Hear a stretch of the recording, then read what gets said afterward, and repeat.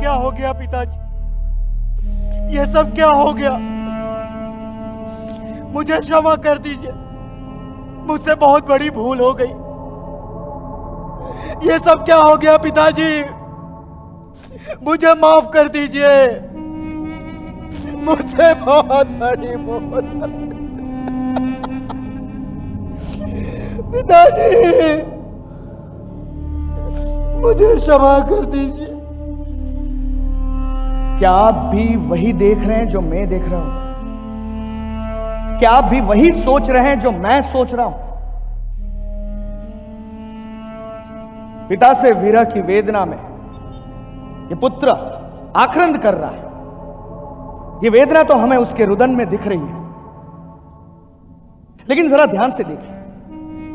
यदि ध्यान से देखेंगे तो इस भाव के अलावा आपको एक और भाव भी नजर आएगा। कौन सा है ये भाव जिसके अंतर ध्यान में ये पुत्र इतना विवश नजर आ रहा है? कौन है ये पुत्र? कौन थे इसके पिता? इस पिता की मृत्यु हुई कैसे? क्या उसके पीछे किसी का हाथ? ये जानने के लिए हम चलते हैं इतिहास के पन्नों में। आज से 2800 साल पूर्व मगध प्रदेश के नगरी राजगृही नगरी में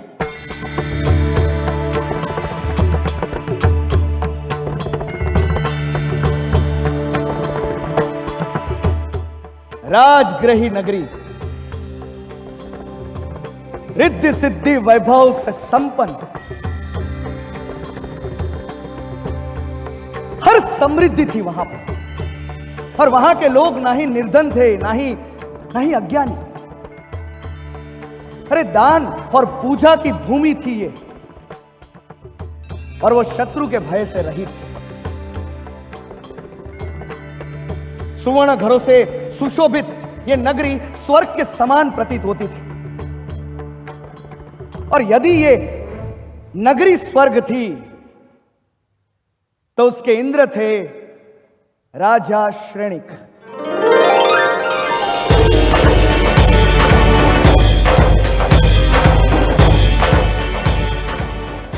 राजा श्रेणिक अत्यंत बुद्धिमान, शक्तिशाली। राजा श्रेणिक हिमालय जैसे दृढ़, उत्कृष्ट, निर्भय, और जितने शस्त्र विद्या में निपुण थे उतनी ही उनकी श्रद्धा धर्म में असीम थी। महावीर भगवान के समूह शरण के प्रमुख श्रोता थे हमारे राजा श्रेणिक। लेकिन जब महावीर स्वामी राजगृही नगरी से बाहर किसी और नगर में विचरते थे, तब राजा श्रेणिक उस नगर की दिशा में 3-4 कदम बढ़ाते थे और वंदन करते थे।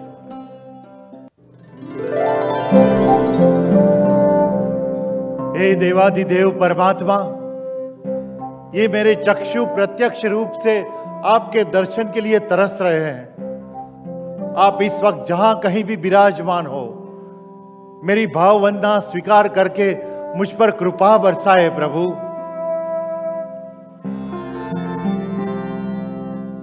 जिन शासन के अनुयायी राजा श्रेणिक पहले बौद्ध धर्म के पालक थे, लेकिन उनका पुण्योदय हुआ और उनमें एक परिवर्तन आया। और ये परिवर्तन लाने वाली और कोई नहीं बल्कि थी रानी चेल्ला। बिलासपुर के महाराजा चेतक की पुत्री और राजा श्रेणिक की पटरानी महारानी चेल्ला, इनके जिन शासन पर अटूट श्रद्धा, बहुत पवित्र श्रद्धा थी। लेकिन पिछले कुछ दिनों से उनकी मानसिक अवस्था ठीक नहीं थी। साथ साथ वो गर्भवती भी थी, और गर्भावस्था के 3 महीने पूर्ण होने के बाद उन्हें एक अजीब सा दोहद उत्पन्न हुआ, एक ऐसी मनोइच्छा जिसकी वजह से वो कुछ ऐसा करना चाहती थी जो बहुत ही विचित्र था। और यही घटना है जो हमारे सारे प्रश्नों को शुरुआत देता है। हमारे एक नए अध्याय की शुरुआत यहीं से होती है। हे प्रभु, ये किस प्रकार की परीक्षा है? अब और नहीं सहा जाता प्रभु, अब और नहीं सहा जाता।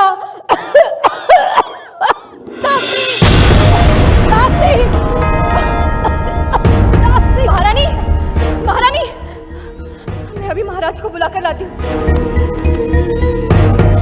महाराज, क्षमा करें महाराज, मैं आपका क्रम भंग नहीं करना चाहती, परंतु महारानी जी को कुछ हो गया है, वे मूर्छित हो गई हैं। क्या? कहाँ है महारानी? अपने कक्ष में। महारानी, महारानी, महारानी आपको क्या हुआ? जल लेकर आइए, जल लेकर आइए। महारानी आंखें खोलिए, महारानी झांकिए। महारानी, महारानी आंखें खोलिए, क्या हो गया? ये मूर्छित कैसे होगी? महारानी, महारानी झांकिए, उठिए महारानी। क्या हो गया आपको? आप स्वस्थ है ना? हमारी संतान स्वस्थ है ना? क्या हो गया महारानी? आप कुछ बोल क्यों नहीं रही है? परंतु महारानी जी इसी तरह चिंतित और व्याकुल रहती है, न किसी से कोई बात करती है और न कोई आहार ग्रहण करती है। बस सारा दिन मौन किसी गहरी सोच में शोकातुर डूबी रहती है। पिछले 6 दिनों से इन्होंने अन्न का एक दाना भी ग्रहण नहीं किया और पानी की एक बूंद तक नहीं पी। क्या? अन्न जल का त्याग? परंतु क्यों? ये सच है क्या? क्या हमसे कोई प्रमाद हो गया? महारानी, क्या हम आपका और हमारे संतान को उचित समय नहीं दे पा रहे? क्या हो गया है महारानी आपको? आपका सौंदर्य, आपके चेहरे का तेज, आपकी दिव्य कांति कहां खो गई? इतना चिंताग्रस्त आपको मैंने पहले कभी नहीं देखा। बोलिए, कुछ तो बताइए। जी महारानी। महारानी, आप कहे तो 52-72 दासियां आपकी सेवा में लगा दूं, आप कहे वो करूं, प्रदेश के सबसे मनमोहक पुष्पों से आपका कक्ष सजा दूं, आपके मनपसंद इत्रों से पूरा राजमहल महका दूं, आपके लिए हीरा मोती माणिक की वर्षा कर दूं, आप जो कहे आपके समक्ष पेश कर दूं, परंतु इस तरह खामोश मत रहिए। आपका मौन हमें और भी चिंतित कर रहा है महारानी। राजन, मैं आपसे क्या कहूं, कैसे कहूं? मेरे मन के अशुभ विचार कहने से अच्छा है मैं यहीं पर आत्मदहन कर लूं। महारानी, आप अभी हमें क्रोधित कर रही है। आपको बताना ही होगा क्या बात है। यह मेरा आदेश है।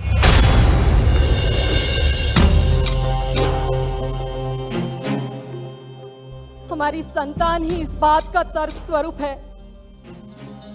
मैं आपसे कुछ छुपाना नहीं चाहती थी महाराज, लेकिन मुझे एक दोहद उत्पन्न हुआ है कि निसंकोच होकर बताइए महारानी, एक दोहद के कारण आप इतना घबरा रही थी? अरे आप तो जानती है, जब वसुपाल जैसे विशालकाय हाथी को वश में कर उसके फल स्वरूप पूरे नगर में 7 दिन में अभयदान करवा सकता हूं, तो आपका एक दोहद पूरा नहीं कर सकता मैं? क्या मैं इस लायक नहीं? बताइए। यही तो मेरे मन की वेदना है स्वामी। मेरी मनो इच्छा इतनी शुभ नहीं है कि उससे किसी को शाता पहुंचे, बल्कि मेरी मनो इच्छा तो आपके कलेजे को चीरकर उस मांस को पकाकर खाने की है।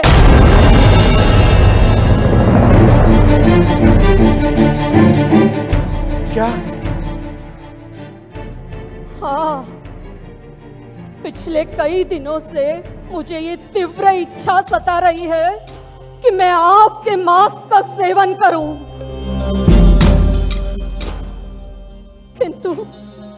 किंतु ये कदापि मुमकिन नहीं है। इसलिए मेरा शरीर श्वेत वर्ण हो रहा है, मुरझा रहा है। मुझे पुष्प, इत्र, आभूषण से अरुचि हो रही है। मुझे स्वयं से घृणा हो रही है स्वामी, घृणा। परंतु ये कैसे संभव है महारानी? आप तो जिन धर्म की इतनी... मैं जानती हूं आप क्या कहना चाहते हैं। यही ना कि मैं जिन धर्म की सर्वोच्च अनुयायी हूं, कि जिसकी नस नस में रक्त नहीं अहिंसा बहती है, जिसके रोम रोम को हर एक जीव के प्रति करुणा और वात्सल्य भाव से सींचा गया हो, ऐसी आपकी महारानी को मांसाहार करने की इच्छा कैसे हो सकती है? और वो भी किसी और का नहीं बल्कि आपका कलेजा खाने की इच्छा कैसे हो सकती है? यही ना। और क्या कहेंगे आप? और क्या कर सकेंगे आप? बताइए, करेंगे मेरा ये दोहद पूरा? क्या देंगे आप मुझे अपना कलेजा?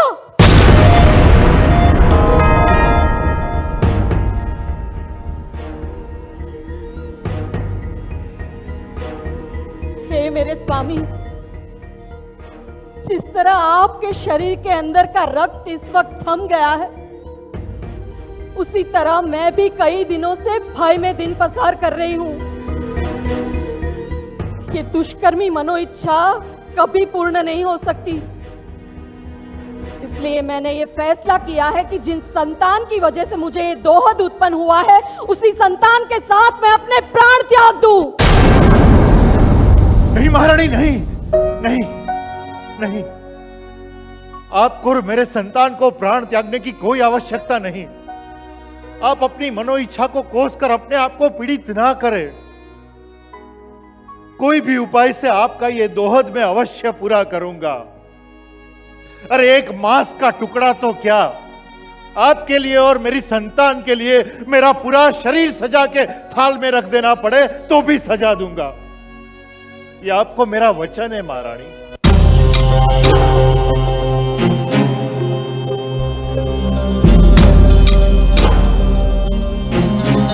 इस प्रकार अनायास है श्रेणिक राजा पर आब टूट पड़ने से वे बड़े चिंतित हो गए, क्योंकि एक गर्भवती महारानी का दोहद पूरा करना वो एक महाराजा का धर्म माना जाता था।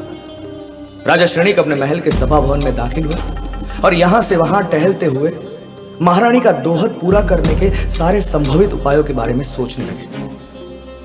तभी वहां से पसार हो रहे थे अभय कुमार।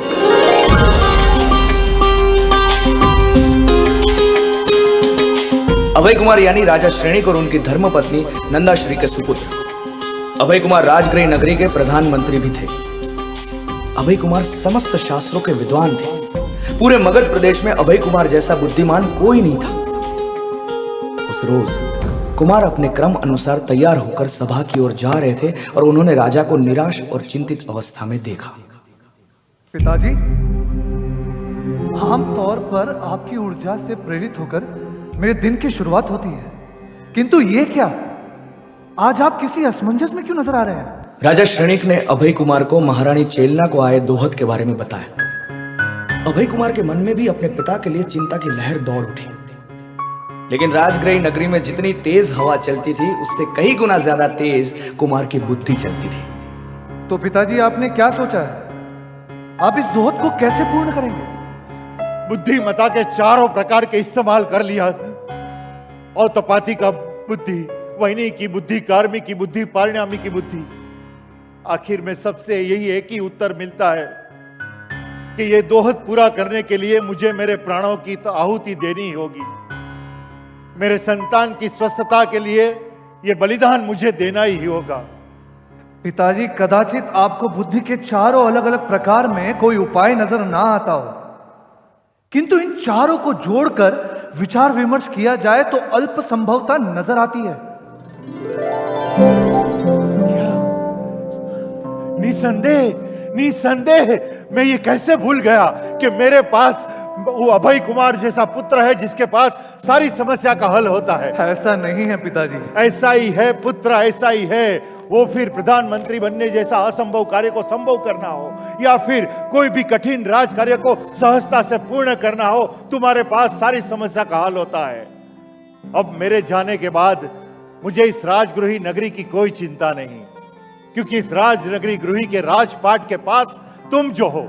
मन के पाप राजपाट को पाकर अत्यंत उग्रता से बाहर आ जाते हैं पिताजी।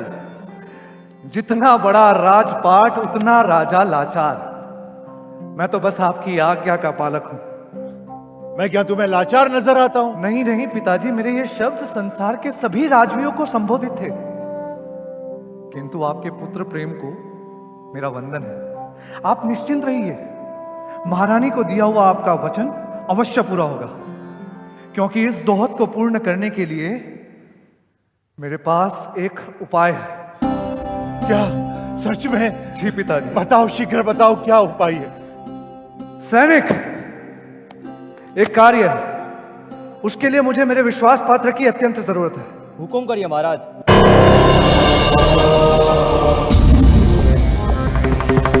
जिस राजमहल में जिन धर्म की छत्र छाया हो, हर हृदय में प्रभु महावीर का वास, दान का वैभव, तप का बहुमान हो, उस राजमहल में आज कुछ ऐसा होने जा रहा था जो सबकी आत्मा शिथिल कर दे। ऐसा क्या होने वाला है?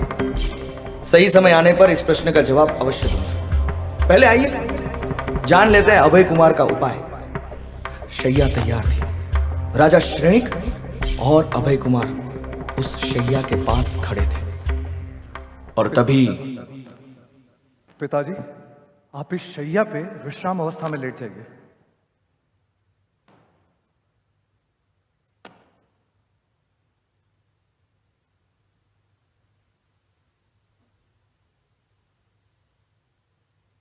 और अपनी आंखें बंद कर लीजिए। ठीक वैसे ही करिएगा जैसे मैंने आपको कहा था।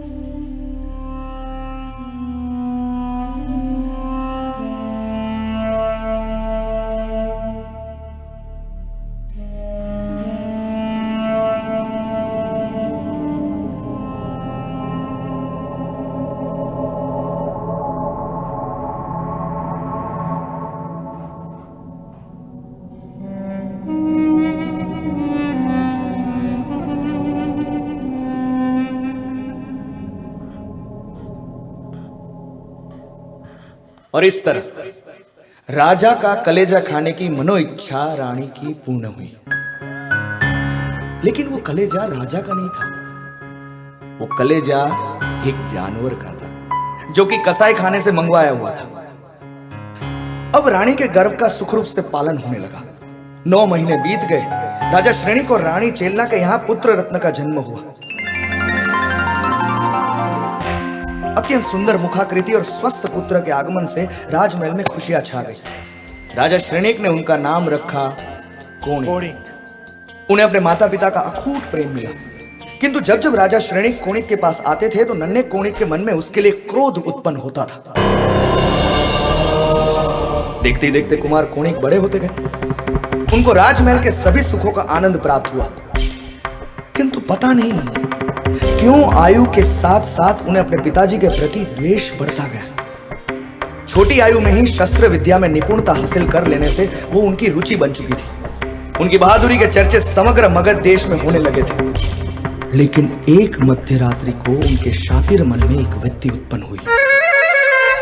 उन्होंने अपने भाइयों को गुप्त रूप से अपने निजी महल में बुलाया। भ्राता कोणिक, सब कुशल तो है ना? मध्य रात्रि इतना तीक्ष्ण अभ्यास?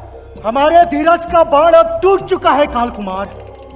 हमारे साथ हो रहे अन्याय को न्याय में बदलने का समय आ चुका है। सोचा था कि पिताजी के मृत्यु के बाद इस राज सिंहासन पर विराजमान हो जाऊंगा, लेकिन वो बूढ़ा राजा ना मौत के घाट उतर रहा है और ना ही ये राज सिंहासन खाली कर रहा है। आप सही कह रहे हैं भ्राता कौणिक। वे तो उनके प्रधान अभय कुमार को राजा बनाना चाहते थे, लेकिन उन्होंने क्या किया? दीक्षा ग्रहण कर ली। भ्राता वारी सिंह ने भी संसार त्याग दिया, तो बचा कौन? और भ्राता कौणिक, इस सिंहासन के लिए आपसे बेहतर कोई और है ही नहीं। लेकिन वो राजा शणेक अपने मस्तक से मुकुट स्थगित करने में समय लगा रहे हैं। मन तो करता है उनका मस्तक ही स्थगित करो। स्वयं तो धर्म के अनुयायी बन दिन भर ध्यान में लगे रहते, राजभोग का नहीं वो भोग कर रहे हैं ना हमें करने दे रहे। पता नहीं उनको मुझसे क्या द्वेष है। मेरे प्रिय भ्राताओं, इस राज्य की शक्ति और धन समृद्धि का उपभोग हम उन्हीं के कारण नहीं कर पा रहे हैं। हमें कुछ करना होगा। पर लेकिन जब तक वो उपस्थित है, हम सिवाय प्रतीक्षा के और कर क्या सकते हैं? हम उस सैनिक को कैद करके बंदी बना लेंगे। इसी में हमारा लाभ है। उसके बाद मैं स्वयं को इस राजगिरी नगरी का राजा घोषित करूंगा। मेरे प्रिय भ्राताओं, इस राज्य की शक्ति, धन समृद्धि, विशाल धन्य भंडार तुम सब 11 भाइयों में बांट दूंगा, ताकि हम सब बराबरी से सत्ता का उपभोग कर सके। और वो बूढ़ा राजा राज सिंहासन पर बैठकर ध्यान करे या कारागिरी में, क्या फर्क पड़ता है? राजा श्रेणिक की दिनचर्या अनुसार सभी भाइयों ने मिलकर एक तंग योजना तैयार की। जब महाराज बिना रक्षा सैनिकों के, बिना किसी शस्त्र के अपने श्वेत अंग वस्त्रों में राजपाट से दूर भगवान महावीर की आराधना कर रहे होते हैं, तब कुमार कौणिक और काल कुमार अन्य भाइयों के साथ उन पर हमला करते हैं और उन्हें बंदी बना लेते हैं।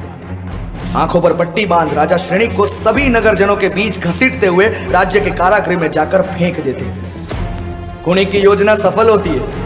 भवो भव कमाए गए पुण्य के सहारे किसी जीव की अयोग्य इच्छाएं कदाचित पूर्ण हो भी जाए, पर वो पुण्य आखिर में तो पाप का ही बंद करवाती है, जो अंत में दुर्गति का कारण बनती ही है। राजा श्रेणिक को कैद करके एक विशाल राज्याभिषेक समारोह का आयोजन किया गया। कुमार कौणिक ने स्वयं को राज मुकुट पहनाया और राज सिंहासन पर विराजमान होकर नगरी के राजा बन गए। जो जीव 5 आश्रव यानी मिथ्यात्व, अविरति, प्रमाद, कषाय और अशुभ योग में प्रवृत्त है, 3 गुप्ती में अगुप्त है, जो 6 काय की हिंसा से मुक्त नहीं है, वो कृष्णलेशिया का जीव होता है। कौणिक के मन पर कृष्णलेशिया की परट लगी हुई थी। धर्म से रहित राजा श्रेणिक के लिए ना कोई दया ना कोई सहानुभूति थी।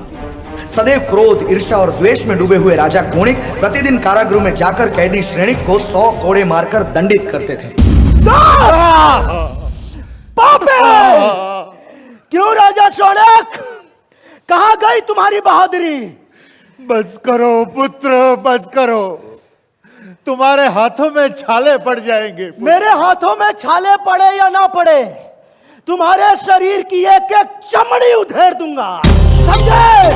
वो केवल आज नहीं, प्रतिदिन। कम धम्मा, कम धम्मा, कम धम्मा। कर्म का धर्म। एक पुत्र ने अपने ही पिता को कैदी बनाया, क्यों? कम धम्मा। एक पिता ने अपना सारा जीवन अपने पुत्र को केवल और केवल स्नेह दिया, लेकिन बदले में प्राप्त क्या होता है? द्वेष और तिरस्कार। क्यों? कम धम्मा। देखिए, दुख देने से दुख की प्राप्ति होती है, लेकिन सुख देने पर भी दुख प्राप्त हो, क्यों? कम धम्मा। देखिए, ये जो कर्म का धर्म है वो केवल और केवल इस भव को अधीन नहीं है। इसकी डोर इतनी लंबी है कि वो भव भाव तक आपका पीछा करे। श्रेणिक और कौणिक की भी ये डोर जो है वो इस भव की नहीं है, वो पिछले भव की। तो ये बात है जम्बूद्वीप के भरत क्षेत्र के आर्यखंड के सूर्यकांत नामक देश की। ये बात है शूरपुर नगरी के राजा के पुत्र राजकुमार सुमित्र की।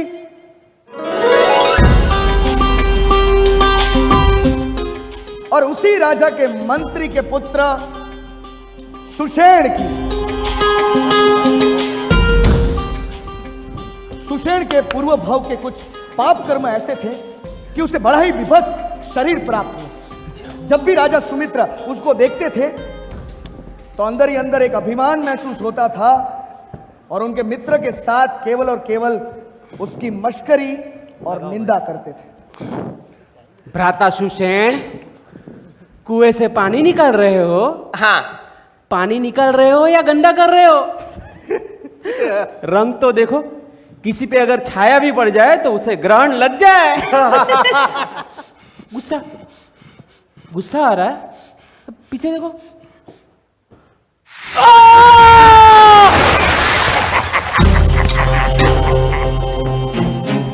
इस तरह रोज रोज राजकुमार के हाथ का खिलौना बनकर सुषेण अत्यंत परेशान हो गया था। उसे स्वयं के शरीर से घृणा होने लगी। वो और अस्वस्थ होता चला गया और एक दिन उसकी सहनशीलता का बांध टूट गया। बस भगवान, अब बहुत हो गया। ये सुमित्र की वजह से मेरे सारे दोस्त मेरी ठिठोली करते हैं। हाँ, सुमित्र के पिता हमारे राजा है ना, इसीलिए उसे कोई कुछ नहीं कहता।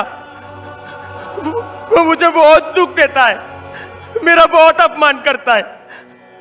कभी कभी तो मन करता है कि सब छोड़कर भाग जाऊं यहां से।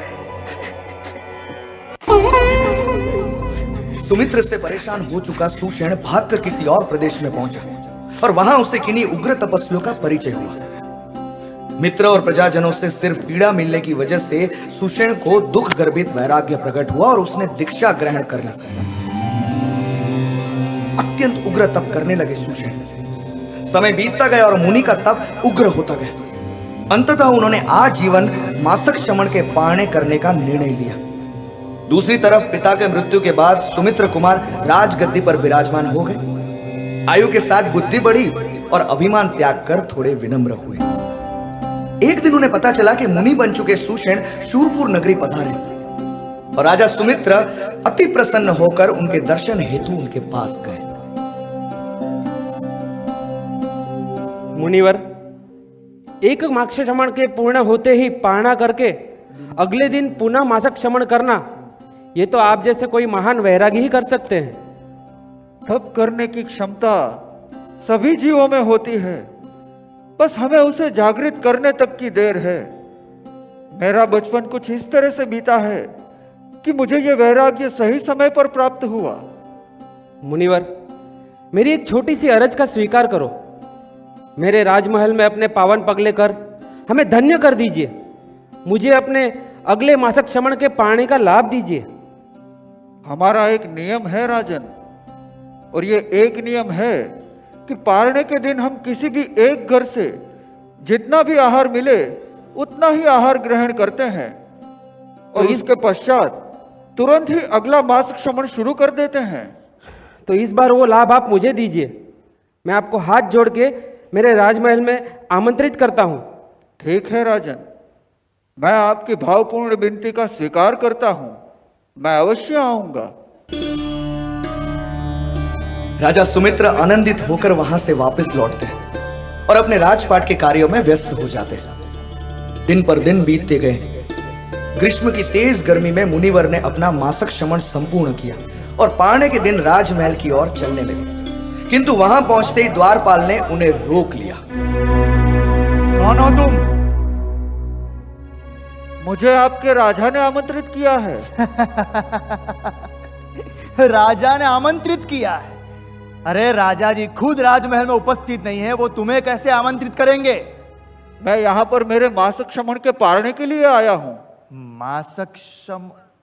देखो भैया, राजा जी राजमहल में उपस्थित नहीं है और बिना अनुमति में आपको राजमहल में जाने नहीं दे सकता।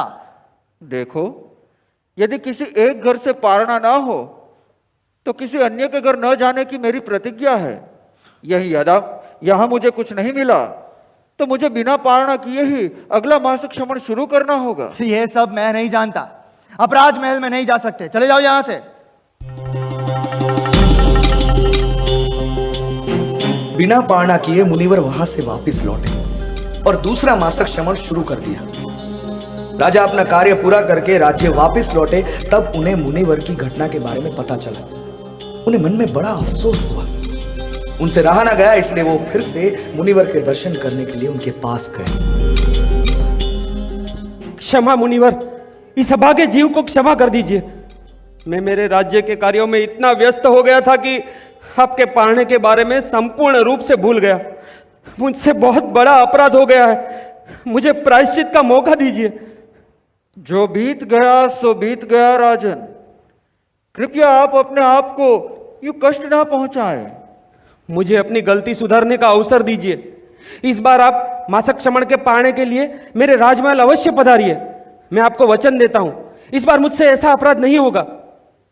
ठीक है राजन, पालने के दिन मैं आपके राजमहल में पहुंच जाऊंगा। दूसरा मासक श्रमण भी पूर्ण हुआ। मुनिवर राजमहल पहुंचे, किंतु इस बार भी राजा का स्वास्थ्य बिगड़ जाने के कारण सारा राजमहल राजा की देखभाल करने में लगा हुआ था। एक बार फिर मुनिवर का पालना अधूरा रह गया। उन्होंने लगातार तीसरे मासक श्रमण की शुरुआत की।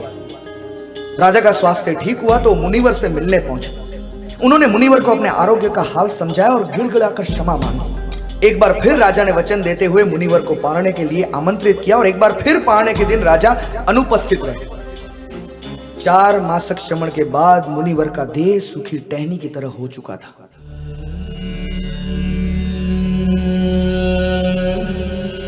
उनका चित्त अस्वस्थ हो चुका था। काया भूख की वेदना से तड़प रही थी और तभी राजा फिर क्षमा मांगने के लिए मुनिवर के पास पहुंचे।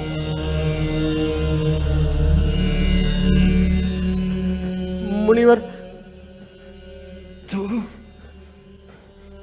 तू फिर से आ गया। मुझे क्षमा कर दीजिए। अपमान, घोर अपमान। यदि पालना करवाना ही नहीं है तो आमंत्रित क्यों करते हो? मैं सत्य कह रहा हूं, स्थिति मेरे हाथों में नहीं थी।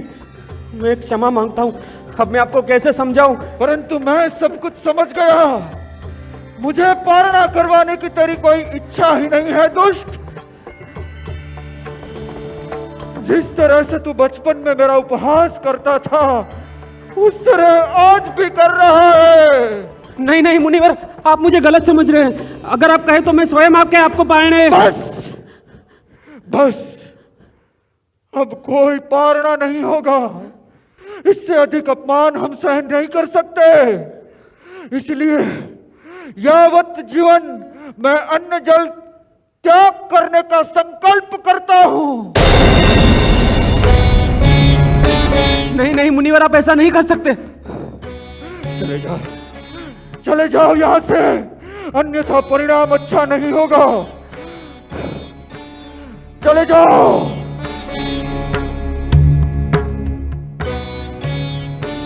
इस अधर्मी जीव को क्या लगता है कि ये इस तरह से एक तापस मुनि का अपमान करेगा और इसे कुछ नहीं होगा? मिलेगा, इसका दंड तुझे अवश्य मिलेगा। परमात्मा, यदि मेरे इस अति तीव्र मास क्षमण तप का कोई फल मिले तो बस ये मिले कि मेरे अगले भव में इस पापी राजा की मृत्यु मेरे हाथों हो।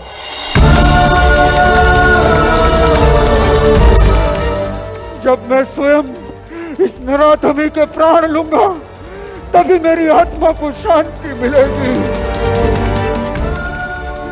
क्रूर राजा सुमित्र, मैं एक दिन आऊंगा, मेरे इस अपमान का प्रतिशोध लेने अवश्य आऊंगा। तेरे रक्त से पूरा होगा मेरा प्रतिशोध। तेरे रक्त से पूरा होगा मेरा प्रतिशोध। तेरे रक्त से पूरा होगा मेरा प्रतिशोध। तेरे रक्त से पूरा होगा मेरा प्रतिशोध। मुनिवर का अभिग्रह पूरा रह जाने के कारण उनके अंदर क्रोध की तीक्ष्ण ज्वालाओं ने जन्म लिया। प्राण छोड़ते वक्त उन्होंने राजा को मारने का नियाणा बांध लिया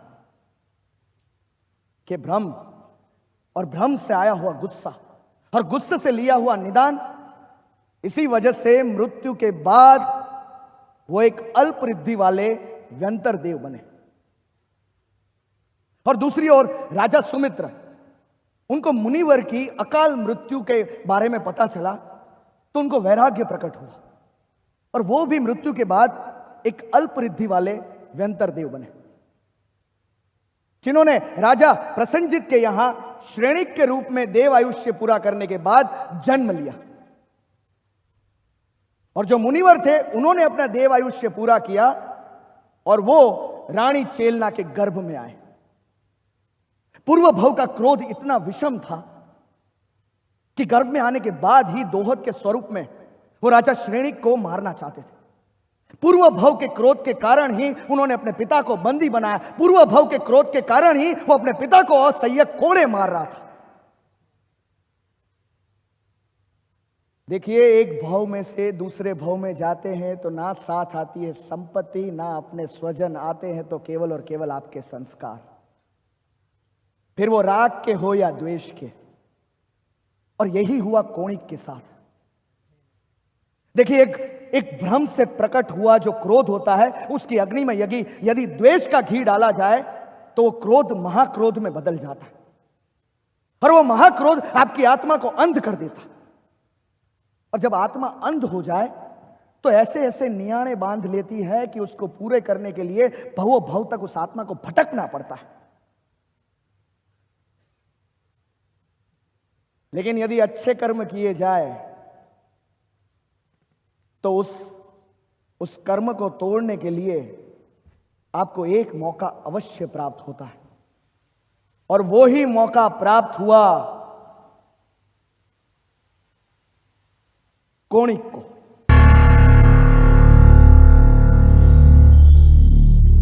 प्रणाम माता।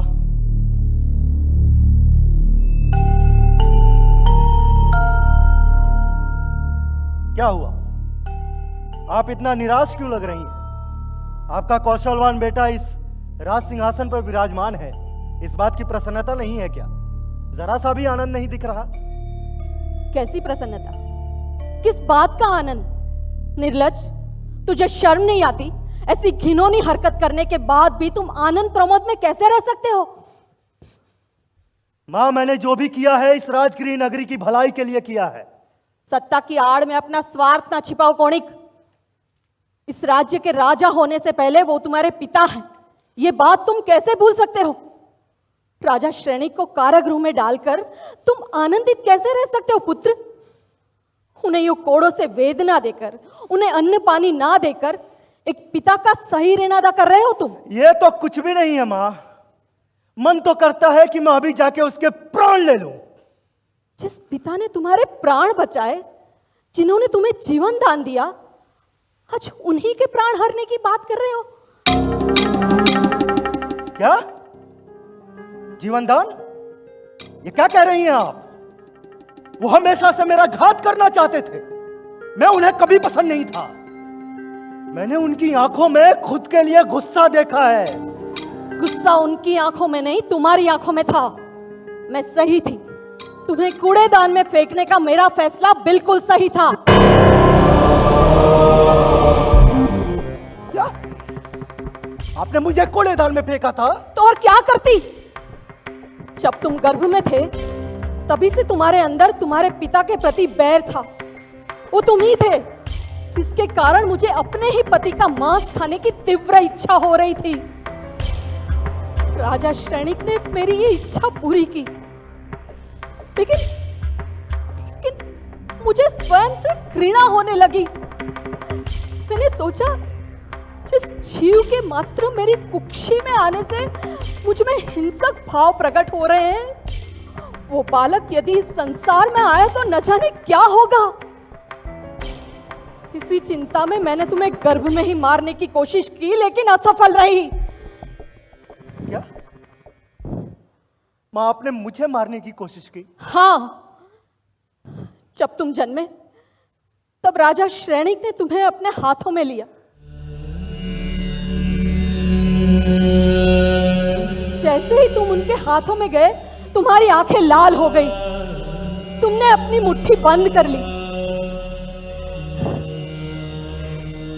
पुत्र स्नेह में डूबे हुए पिता को यह सब नहीं दिखा, लेकिन मैंने देख लिया। उसी रात मैं तुम्हें कूड़ेदान में फेंक आई। महारानी, तुम्हारी हिम्मत कैसे हुई मेरे बेटे को कूड़ेदान में फेंकने की? राजन, राजन, मुझे कुछ ठीक नहीं लग रहा है। मुझे अशुभ दोहत देने से लेकर इसके जन्म लेने तक मुझे सिर्फ घृणा का अनुभव हुआ है। मैं नहीं चाहती आगे जाकर ये बालक मुझे, आपको या इस राज्य को कोई नुकसान पहुंचाए। महारानी, अगर ऐसा हुआ तो हमारे कर्म होंगे, लेकिन मैं मेरे पुत्र को ऐसे अनाथ नहीं छोड़ सकता। अरे तुम तो मेरे पुत्र की माता हो। आज मुझे वचन दो कि हमारे इस पुत्र को बड़े प्यार से पाल पोस कर बड़ा करोगी। मैं शर्मिंदा हूं राजन, मैं आपसे क्षमा चाहती हूं। मैं आपको वचन देती हूं कि आज के बाद मैं मुझसे अधिक ध्यान हमारे पुत्र का रखूंगी।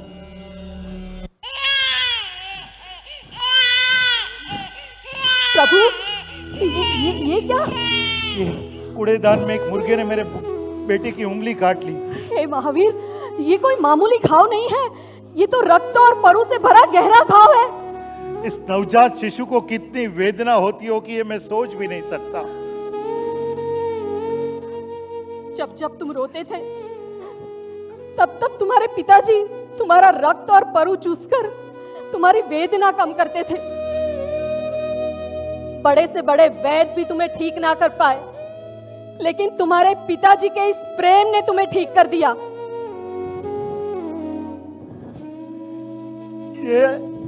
ये मैंने क्या कर दिया?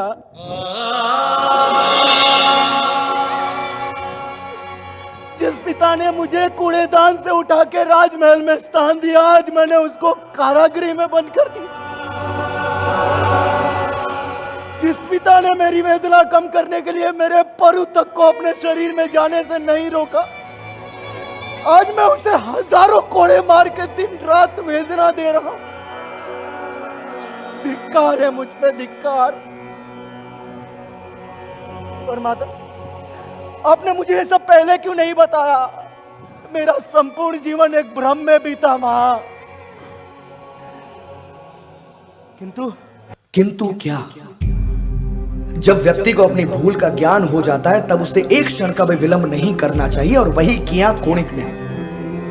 एक क्षण का भी विलंब ना करके वो कारागृह का द्वार तोड़ने हाथ में कुल्हाड़ी लिए राजा श्रेणिक की तरफ दौड़े। पुत्र कोणिक उन्हें मारने आ रहे हैं, इस भ्रम से राजा श्रेणिक ने अपनी अंगूठी से विष पान करके आत्महत्या कर ली।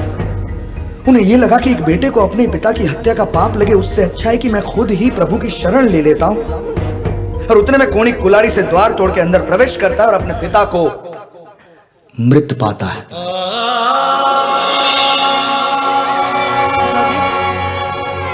पिताजी वापस चलिए। पिताजी,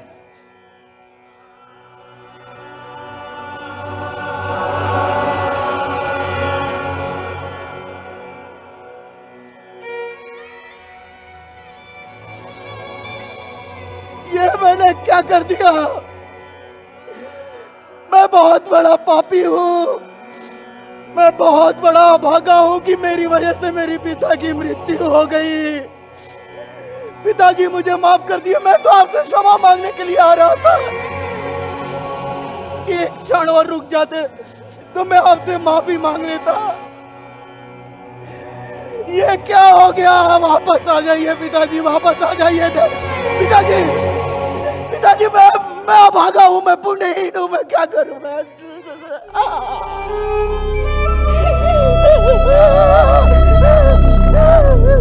मैंने आपको तिरस्कार किया, आपको कोड़े से मारे।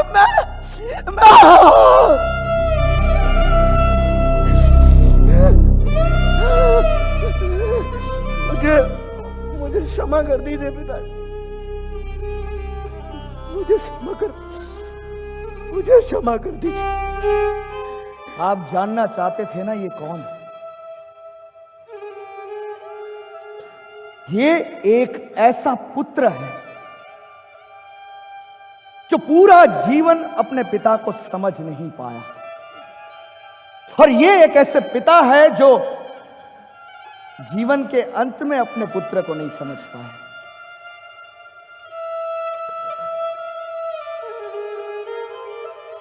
कोणिक को अपनी गलती का ज्ञान होने के बाद भी वो अपने पिता से माफी नहीं मांग पाया। और राजा श्रेणिक भी उसे माफ नहीं कर पाए। और ये अधूरा क्रोध है, वही मृत्यु के बाद आपको दुर्गति की ओर ले जाता है।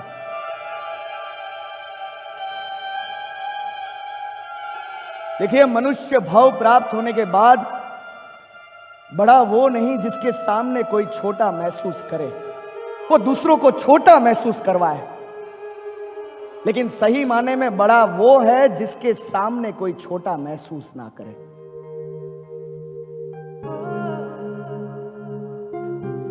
ये दूसरों की उपेक्षा करने की वृत्ति आपके अंदर वेर का एक ऐसा कुआं खोदती है जिस कुएं में मनुष्य यदि एक बार गिर जाता है तो वापस कभी नहीं निकल पाता।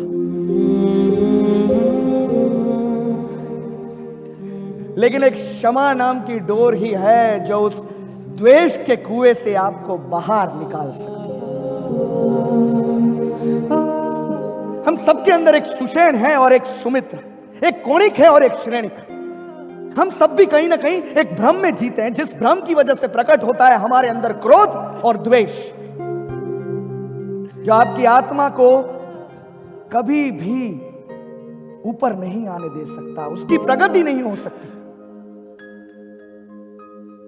लेकिन एक क्षमा नाम की डोर ही है जो आपके कठिन से कठिन कर्मों को भी तोड़ती है। एक क्षमा नाम की डोर ही है जो आपको मुक्ति प्रदान कर सकती है।